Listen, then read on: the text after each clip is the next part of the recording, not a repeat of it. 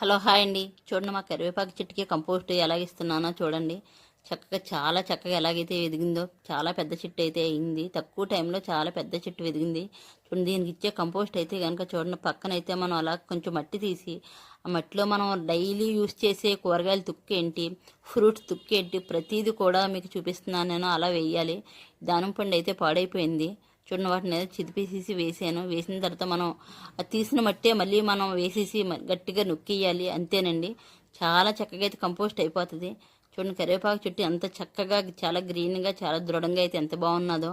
మీరు కూడా కంపోస్ట్ అలాగే తయారు చేసుకోండి. నేను చాలా రకాల మెథడ్స్ పెడుతున్నాను నేను కంపోస్టు గార్డెనింగ్లోని. లైక్ చేయండి, షేర్ చేయండి, సబ్స్క్రైబ్ చేయండి, కామెంట్ పెట్టండి ఎలాగున్నదని. అసలు ఈ ఒక్క మెథడే కాదు, చాలా రకరకాల మెథడ్స్ అయితే పెడుతున్నాను మన గార్డెన్కి. చాలా చక్కగా అయితే పువ్వులు కాయలు కాస్తున్నాయి. చూడండి మామిడికాయ మొక్కలతో సైతం కూడా వేసాను నేను. మామిడికాయ మొక్కలు ఏంటి, డ్రాగన్ ఏంటి,